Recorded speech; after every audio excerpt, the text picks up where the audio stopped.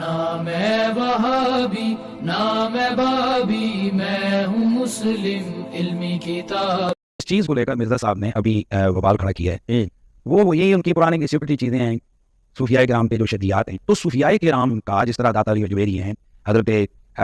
بایزید بستامی ہیں، جناب حضرت معین الدین چشتی اجمیری ہیں، اس قسم کی جو ہستیاں ہیں، تو ان کا اسلام کے لیے کام کرنا، ان کے ہاتھوں پر ہزاروں لوگوں کا اسلام قبول کرنا، یہ تواتر سے یہ چیز ثابت ہے۔ دوسری طرف ہے کہ ان کی کسی منسوخ ان کے نام پہ ایک کتاب ہے، اور اس کتاب میں کوئی ایسی ورڈنگ ہے کہ جو قرآن و سنت کے یا تقدیس الہیہ یا شان رسالت کے خلاف ہے۔ اب ہمارے پاس ہوتے، ہمارے زمانے میں وہ ہوتے تو ہم ان سے جا کر پوچھ لیجیے آپ نے یہ لکھا ہے؟ اگر وہ کہتے لکھے پھر ہم کہتے یہ غلط لکھے، اور اگر وہ نہ مانتے تو ہم فتویٰ دے دیتے۔ اگر وہ کہتے لکھے پھر ہم کہتے یہ غلط لکھے، اور اگر وہ نہ مانتے تو ہم فتویٰ دے دیتے۔ اگر وہ کہتے لکھے پھر ہم کہتے یہ غلط لکھے، اور اگر وہ نہ مانتے تو ہم فتویٰ دے دیتے۔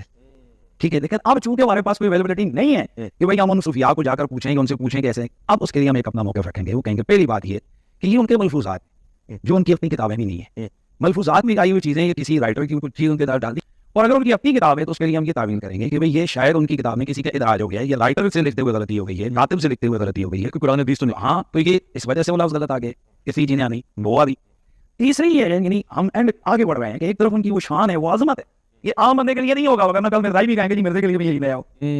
یا اور ہر قسم کا جو لطف اٹھے گا کہ جی ہماری کتابوں کے لیے بھی یہی تعویل کرو، ایسا نہیں ہو۔ اب ہم تیسرا پوائنٹ اہل سنت یہ دیتے ہیں، وہ کہتے ہیں کہ پھر اس کلام کی مناسب تعویل۔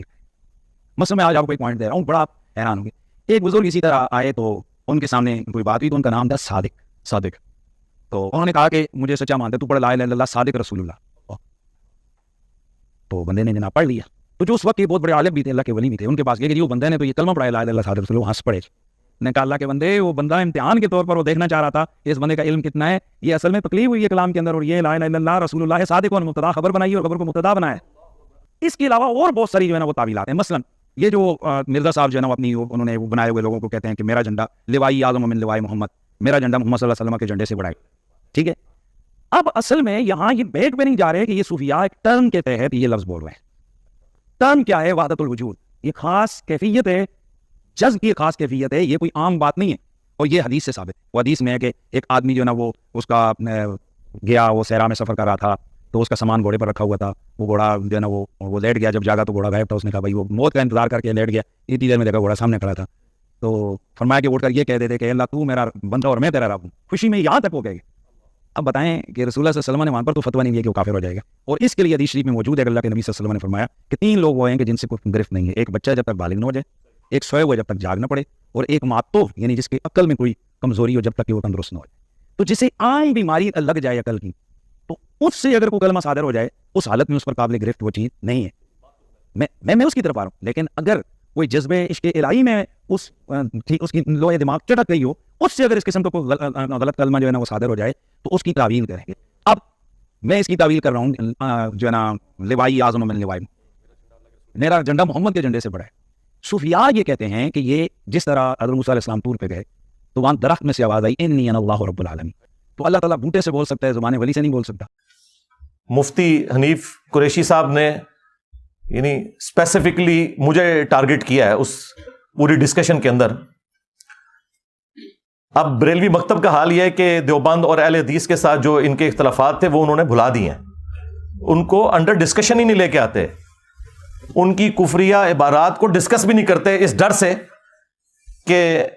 ہم اتنے محاذوں کے اوپر کیسے جنگ کھولیں، علمی جنگ۔ یہ اللہ کے فضل سے ہمارا حوصلہ ہے کہ ہم ہر ٹاپک پہ بات کرتے ہیں، اور ہر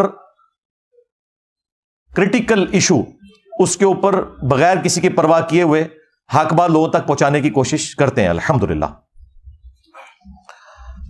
مفتی حنیف قریشی صاحب نے جو گفتگو کی ہے، میں انشاءاللہ تعالی اس کو 7 علمی پوائنٹس کی شکل میں جو انہوں نے گفتگو اقوال زرعی ارشاد فرمائے ڈسکس کروں گا۔ ظاہر ہے میں تو انجینئر ہوں، تو آپ کو پتہ ہے میں بالکل اس کو کریٹیکلی چیزوں کو دیکھ کے بلیک اینڈ وائٹ میں جس طرح چیز لا کے سامنے رکھی جاتی ہے نا، میں پبلک کے سامنے رکھوں گا، اور پھر عوام الناس فیصلہ کرے گی کہ کس کا موقف قرآن و سنت کے مطابق ہے اور کس کا موقف جو ہے وہ قرآن و سنت کے منافی ہے۔ علمی پوائنٹ نمبر 1، مفتی صاحب نے فرمایا کہ انجینئر صاحب جو ہیں وہ کروڑوں لوگوں کو گستاخ رسول اور ختم نبوت کا منکر اور کافر ڈکلیئر کرتے ہیں، اور علماء کی بے حرمتی کرتے ہیں ان عقائد اور نظریات کی بنیاد کے اوپر۔ آپ اندازہ کریں وہ بریلوی جنہوں نے باقی تمام مکاتب فکر کے کروڑوں لوگوں کو گستاخی کے نیزے کی نوک پہ لیا ہوا تھا پچھلے 100 سال سے، آئیں نہ قابو میرے فرعون. ہاں اب ان کو اس ہیٹ کا اندازہ ہوگا. جب تک بات دوسروں پہ تھی یہ انجوائے کرتے تھے، آج اپنے پہ بات آئی ہے تو اب یہ کہہ رہے ہیں کہ جی ہمیں گستاخ رسول اور ختم نبوت کا منکر، کروڑوں لوگوں کو انجینئر صاحب کافر کہتے ہیں. میں نے آج تک نہ تو کسی کو کافر ڈکلیئر کیا نہ گستاخ رسول ڈکلیئر کیا، سوائے ان کے جو چشتی رسول اللہ کے قائل ہیں. اگر تم قائل نہیں ہو تو تمہیں فکر ہی نہیں ہونی چاہیے. جو لوگ قائل ہیں یہ ان کے لیے تکلیف والی چیز ہوتی ہے. جب تمہارا دعویٰ ہے کہ ہمارا یہ کلمہ ہی نہیں ہے، ہمارا کلمہ لا الہ الا اللہ محمد رسول اللہ ہے، اور انجینئر صاحب جھوٹا الزام لگا رہے ہیں، پھر کوئی تکلیف نہیں ہونی چاہیے. بس پھر عوام کو یہ بتایا کرو کہ یہ کتابیں ہم نے نہیں چھاپی، ہمارے بزرگوں نے یہ نہیں فرمایا، ہم نے مناظرے نہیں کیے، تاکہ عوام آپ کی شکل، آپ کی پرانی ویڈیوز کی شکل میں آپ کے سامنے رکھے کہ جھوٹ بولنا بند کرو. ہم نے جو جھوٹا دفاع کرتے ہیں نا صرف ان کے اوپر بات کی ہے، بزرگوں کے اوپر بھی بات نہیں کی ہے، ان کتابوں کی عبارتوں کے اوپر بات کی ہے. تو یہ بالکل ان کا جو الزام ہے یہ ردی کی ٹوکری میں پھینکنے والا ہے. اور پھر ان لوگوں کا اپنا حال یہ ہے کہ ان کے اپنے اعلیٰ حضرت نے حسام الحرمین کے اندر جب علماء دیوبند کے اوپر فتویٰ دیا تو انہوں نے نہیں لکھا تھا کہ دیوبند کے علماء کے کفر میں شک کرنے والا بھی کافر ہے. تو کروڑوں دیوبندیوں کو تو انہوں نے ڈائریکٹ کافر نہیں لکھا تھا کیا حسام الحرمین کے اندر، بلکہ لکھا یہ اسلام سے خارج ہیں اور مرتد ہیں. یہ بھی حسام الحرمین میں لکھا. اور احکام شریعت میں جب ان سے پوچھا گیا، یہ فتوے لکھ رہے تھے وہ، یہ نہیں ہے کہ راہ چلتے کسی نے ویڈیو کلپ بنا لیا تھا، وہ غصے کی حالت میں تھے. فتویٰ پوچھا گیا کہ بتائیں کہ یہ جو وہابی ہیں، اور پھر اس بریکٹ کو کھولا،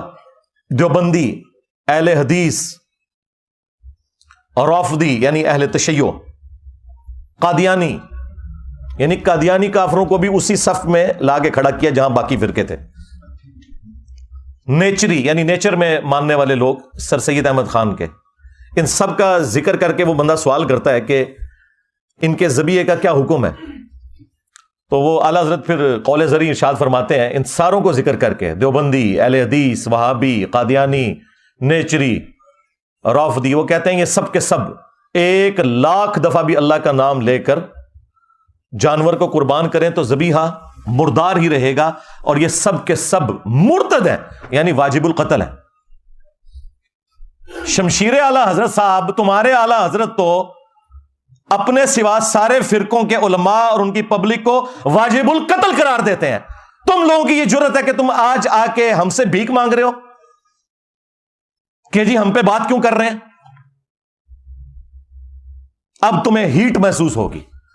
یہ اللہ کی سنت ہے کہ اللہ تعالیٰ نے موسیٰ علیہ السلام کی پرورش دربار فرعون میں کی تھی، اور میری پرورش جو ہے وہ بریلوی خاندان کے اندر کی ہے. مجھے پتا ہے ہم یہی کچھ کرتے رہے دوسروں کے ساتھ، اس لیے مجھ سے تو کوئی چیز چھپی ہوئی نہیں ہے. تو میں نے پھر بھی کبھی کسی کو کافر نہیں کہا، صرف عبارتوں پہ بات کی ہے، یا جو ان عبارتوں کا جھوٹا دفاع کرتے ہیں. عام بریلوی، دیوبندی، اہل حدیث، شیعہ کو کبھی بھی کافر نہیں کہا، ان کے بڑے علماء کو بھی کبھی کافر نہیں کہا. اعلیٰ حضرت میرے سوا کوئی اور بولتا ہے ادر دین بریلوی؟ میں ہی بولتا ہوں، تو رسپیکٹ کے ساتھ ہی نام لے رہا ہوں نا. اور پھر اعلیٰ حضرت کے جو ملفوظات ان کے اپنے بیٹے نے جمع کیے، جو پہلی جلد ہے اس کو تو اعلیٰ حضرت نے خود پڑھا ہوا ہے ملفوظات کی، اور اس کی شان میں ربائی لکھی ہوئی ہے، اور وہ ملفوظات کے اینڈ پہ پرنٹ ہوئی ہوئی ہے. نام ہے وہابی، نام ہے بابی، میں ہوں مسلم علمی کتاب.